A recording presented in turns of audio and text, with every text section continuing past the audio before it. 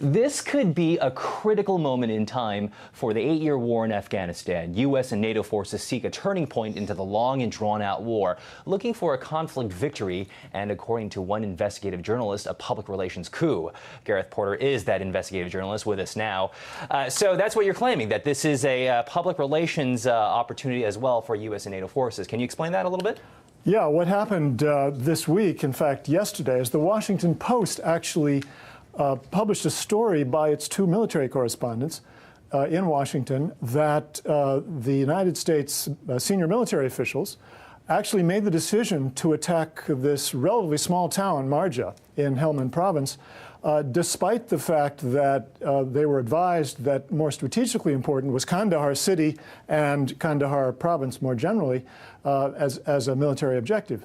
What they decided was to go for effectively an operation that would influence U.S. public opinion to make it more favorable to staying longer in Afghanistan. That's what the story said. Interestingly, the Washington Post buried that story on page A9 under a headline that really did not give away the importance of that story at all. Okay, Mr. Porter, I've read other stories where they've said that Marja is known to be an opium trade and smuggling center, and that's why that's the reasoning of going after Marja.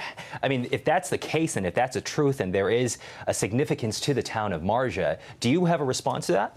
Well, of course, it's a smuggling center for drugs. I mean, there are dozens of smuggling centers for drugs, not just in southern Afghanistan, but in Helmand province itself. So, yes, it is a center, but that did not make it a vitally important military objective by any means.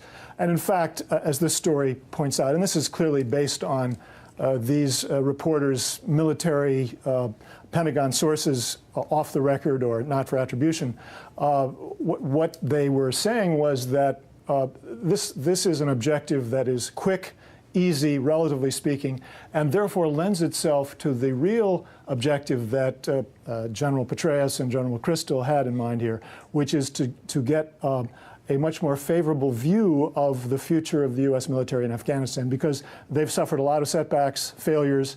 They needed something to say, hey, we can do this. And clearly that's the main reason that the United States military is now attacking this city of 50,000 people with 15,000 troops. I'm going to make a reference to Fallujah in Iraq. Could you say that Fallujah, which was a decisive victory, I think some people would agree that that was a turning point in the Iraq War. Could you make a case that maybe Marja is the same thing, or do you really believe that this is just simply a PR move and that's about it? First of all, Fallujah was not a turning point in the Iraq War, but apart from that, clearly there was not the same degree of sensitivity at that moment to saying, okay, we're going to do something to really influence public opinion. That's what's unique about this particular military decision. Okay. What's wrong with doing a little PR and still conquering a city from the U.S. and NATO perspective? Well, I suppose if you were one of the soldiers who was on the ground there risking your life, that question would be seen in a slightly different light. For those soldiers to be aware of the fact that they were dying essentially to try to influence U.S. public opinion, I don't think they would regard that as a legitimate military goal for this operation. I agree with them. Okay, Gareth Porter, investigative journalist, thank you so much for joining us and kind of clearing the air for us about Marja.